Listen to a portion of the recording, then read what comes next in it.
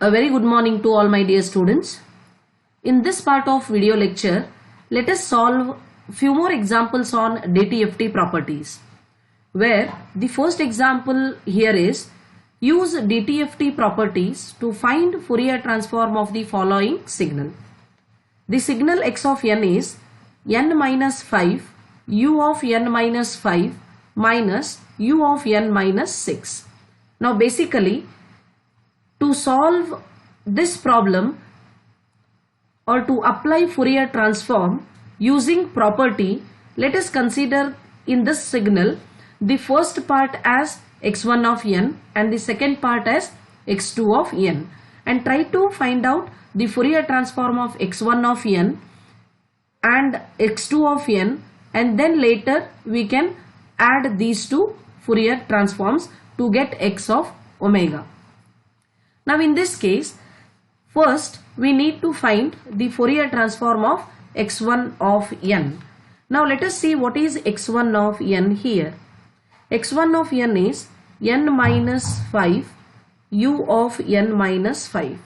So how to start with applying Fourier transform?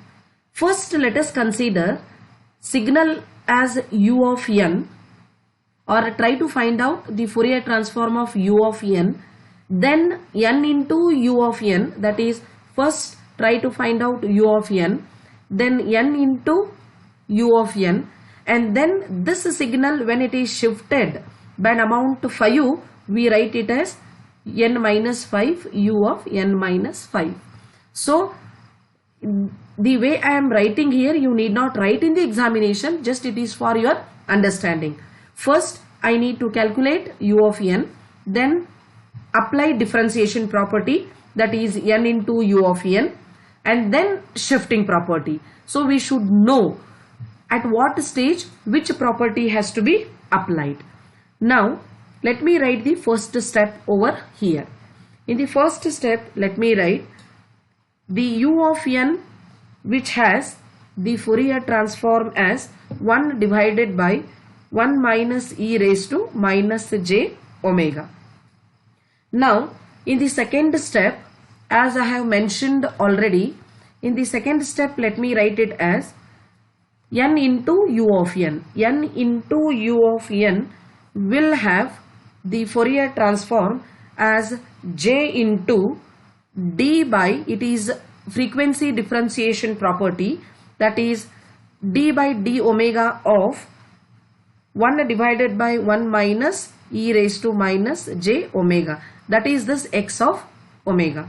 Now we need to solve for this also, that we will see later.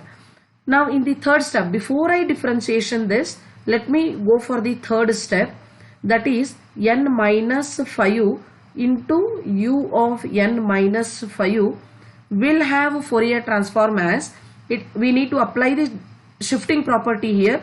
So amount of shift is 5, so it is e raised to minus j omega 5 into j, as it is the remaining Fourier transform or the term 1 divided by 1 minus e raised to minus j omega.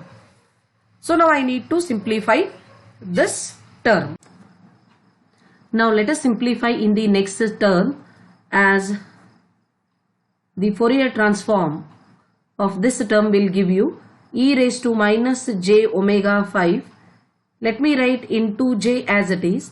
Differentiation of this term will be minus 1 divided by, if I consider this term as x, it will be x square e raised to minus j omega square into differentiation of again this x term, that is this is 0 minus e raised to minus j omega into minus j omega. Let me write it properly. Now I need to simplify this as j into e raised to minus j omega 5. Again it is minus into minus plus, and one more minus is there. This minus into minus plus, again it is minus, and let me write it as minus j then into e raised to minus j omega divided by 1 minus e raised to minus j omega the whole square. After differentiation, let me verify this. It is minus 1 upon x square into this differentiation. Yes. Now j into minus j, that is j square is minus 1, so it becomes plus 1.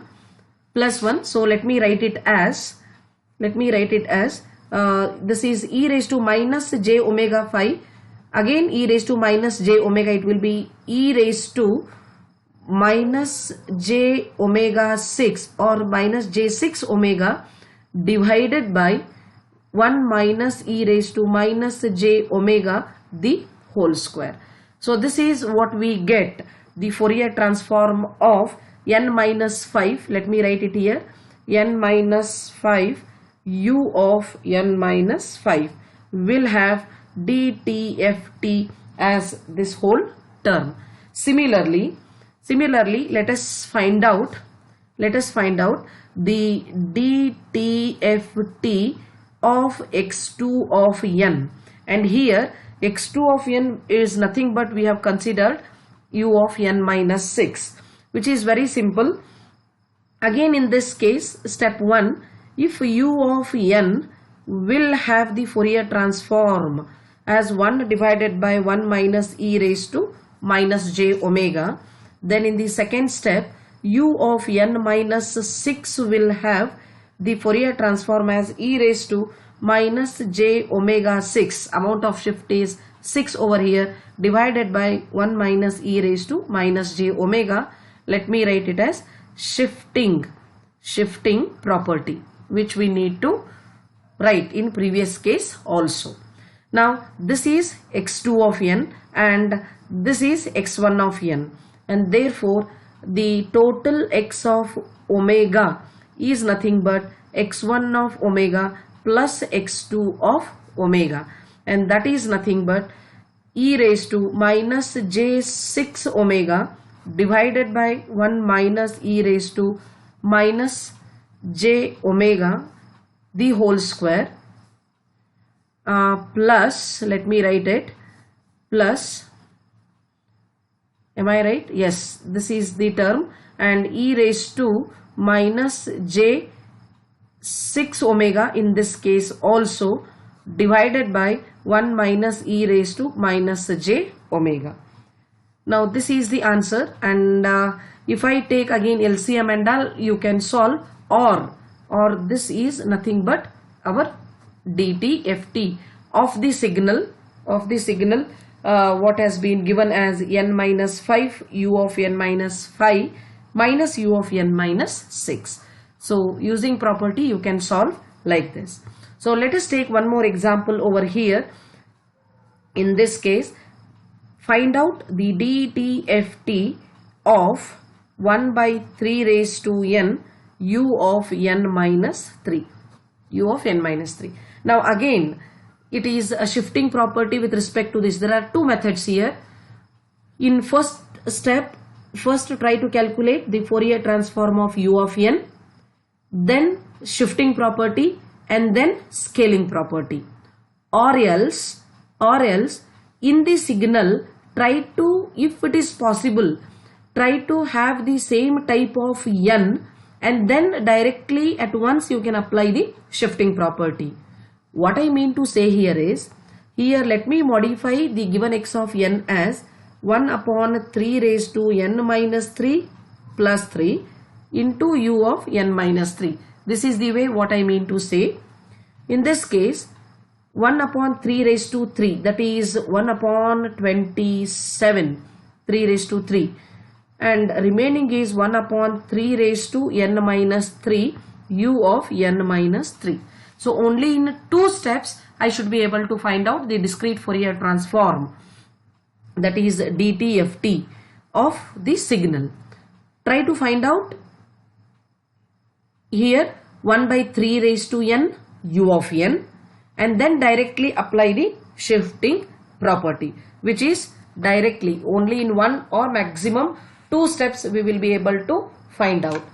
Now in this case, the first step is half, that is 1 by 3 raised to n u of n will have dtft as, let me write directly, 1 divided by 1 minus 1 by 3 e raised to minus j omega, and therefore this is, I can say, scaling property, and in the second step I will be able to get the final answer, that is directly write 1 upon 27 1 by 3 raised to n minus 3 u of n minus 3, which will have dtft as 1 upon 27 is nothing but the constant, and this is x of omega. For that I need to multiply by the term e raised to minus j omega 3. The amount of shift is 3.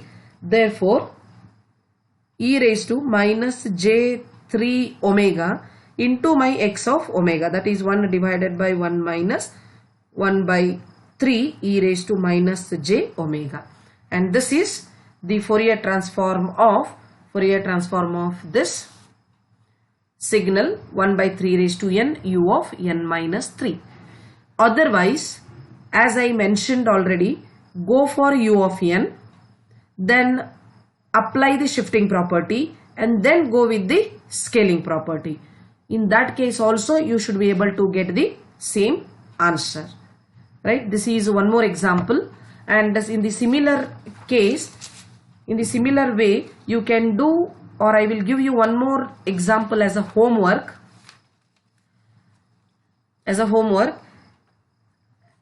Try to find out the dtft of signal x of n, which is nothing but half raised to n u of n minus 4.